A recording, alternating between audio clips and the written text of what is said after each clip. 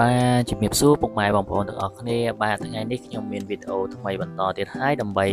ធ្វើការចែករំលែកទៅកាន់ពុកម៉ែបងប្អូនទាំងអស់គ្នាឲ្យបានទស្សនាហើយវីដេអូនេះគឺខ្ញុំធ្វើតពីវីដេអូមុនដែលខ្ញុំបានថតទេសភាពនៅក្នុងទឹកដីនៃក្រុងតាកែវហើយនេះខ្ញុំបានបន្តធ្វើវីដេអូថ្មីហើយខ្ញុំចំពោះទៅខាងឃុំដងកពស់ស្រុកបរិយាជលសាហើយនេះជាវីដេអូដែលខ្ញុំបានធ្វើដំណើរសម្រាប់ចែករំលែកទៅកាន់ពុកម៉ែបងប្អូនឲ្យបានទស្សនាហើយនេះយើងបានមកដល់នៅទីរួមស្រុកត្រាំងខេត្តតាកែវដែលស្ថិតនៅក្នុងផ្សារព្រៃសណ្ដែកឃុំព្រៃស្លឹកបានហើយពុកម៉ែបងប្អូនសូមតាមដាននៅទស្សនាវីដេអូរបស់ខ្ញុំបន្តទៀតនៅខាងមុខពីដើមរហូតដល់ចប់អញ្ចឹងសូមបងប្អូនទស្សនាបន្តទៀតបាទ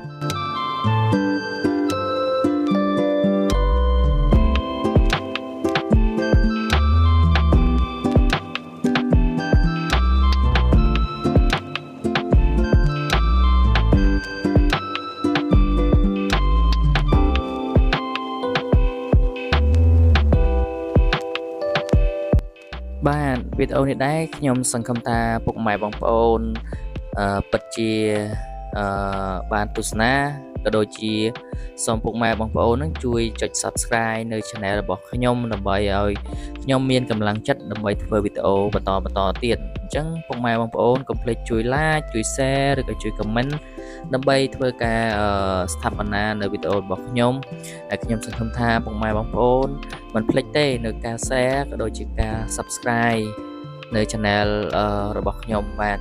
ហើយខ្ញុំបានធ្វើដំណើរបន្តទៀតហើយយើងក៏ឃើញអំពីទស្សនភាពក៏ដូចជាទេសភាពនៅតាមដងផ្លូវពោពេញទៅដោយ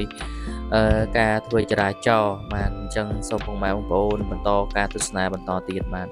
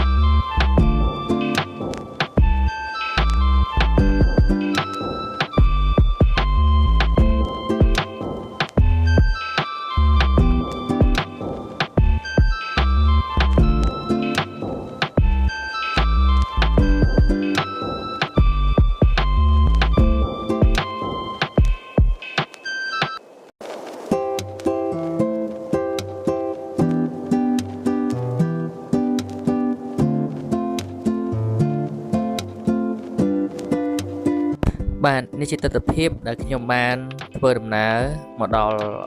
ម្ដុំផ្សារឬក៏វត្តភ្នំខ្លែងហើយអានឹងម្ដុំហ្នឹងគេហៅថាផ្សារភ្នំខ្លែងអញ្ចឹងហើយខ្ញុំក៏បាត់នៅខាងឆ្វេងដៃដើម្បីធ្វើដំណើរបន្តទៅមុខទៀតហើយអញ្ចឹងសូមពុកម៉ែបងប្អូនទស្សនាបន្តទៀតហើយកុំភ្លេចជួយចុច Subscribe ម្នាក់មួយផងបាទអរគុណ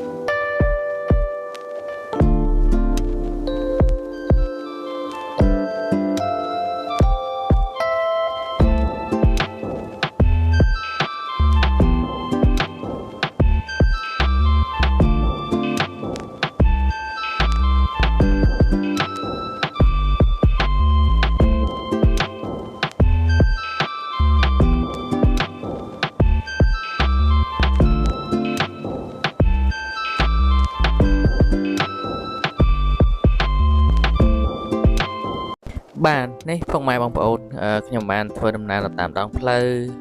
ក៏ដូចជាការបង្ហាញនៅទស្សនវិជ្ជានៅតាមដងផ្លូវដើម្បីចែករំលែកទៅកាន់បងប្អូនទាំងអស់គ្នាបានទស្សនាហើយនេះយើងបានចូលមកដល់នៅ